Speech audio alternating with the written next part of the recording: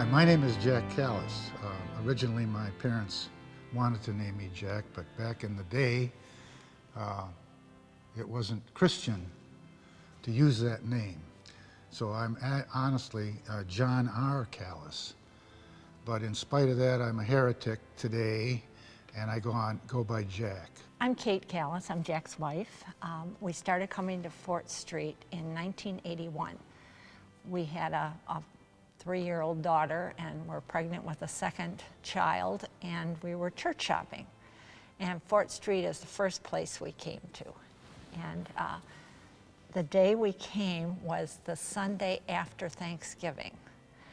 And we were welcomed into the church by Julie and Earl Green, and many members will remember who they are. And they directed us to the church house where at that time the Sunday school was being held. So we took Beth up to the Sunday school, and Jeannie Letterman was leading that little band of preschoolers.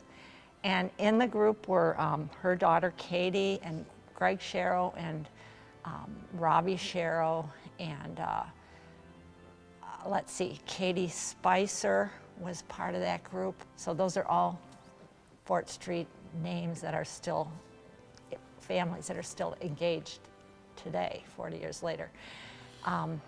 So we were driving home from church and said, which church are we going to visit next week? And Beth said, oh, we're coming back to Fort Street because I'm in the Christmas pageant. Jeannie Letterman, you know, she was rehearsing the kids for the program, and she later told me, well, Beth has to come back. She's the only one who knows the words. So we were just roped in. My family did grow into 3 daughters. Elena and Robin was the last, and she, however, and they were very comfortable here. They loved it. And as you know, as many know who have children here who have visited on Sunday, the coffee hour in the great hall next door to the sanctuary has a stage about 30 inches off the ground, and the kids just are attracted like a moth to a light, and they run on that stage and jump off it, and so our kids were no different. When we talk to other people from Fort Street who attend, who live in Grosse Pointe like we do, their reasons for coming here are kind of similar to ours. They know that we were living in a community that was all white, Christian, you know, no diversity to speak of at all.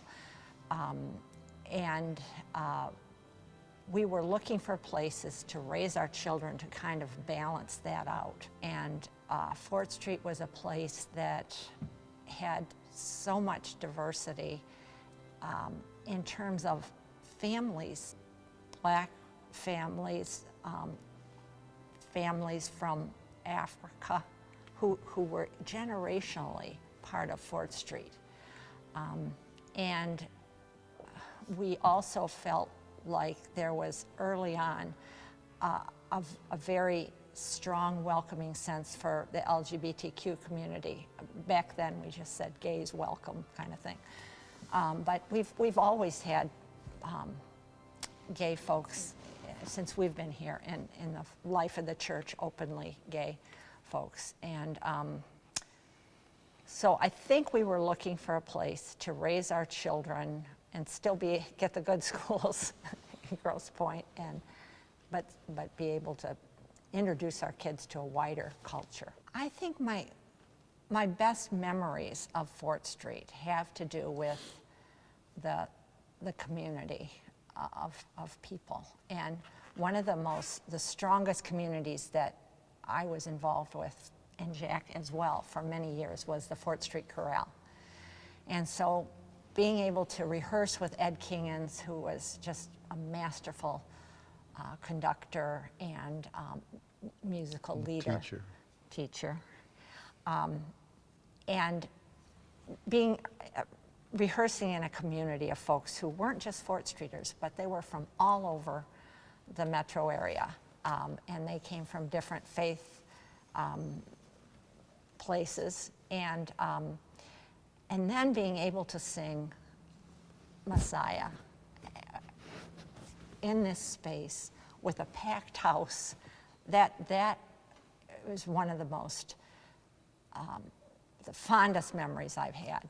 My best memory of the church, there's many, but, and Kate has alluded to one, which is the singing with the chorale with Ed Kingans.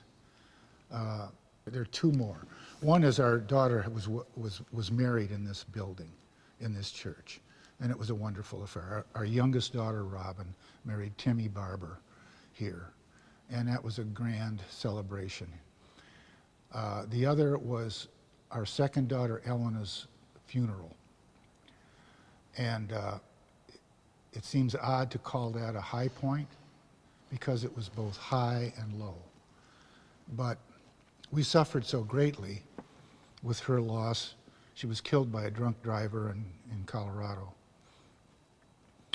And but by the time we got to her memorial service in Detroit here, this place was packed with people.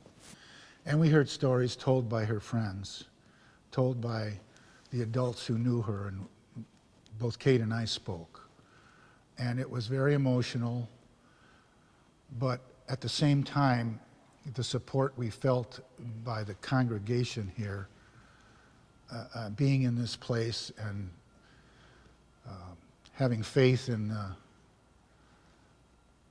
care of our God for Elena and for us going forward, it was really, really an amazing moment.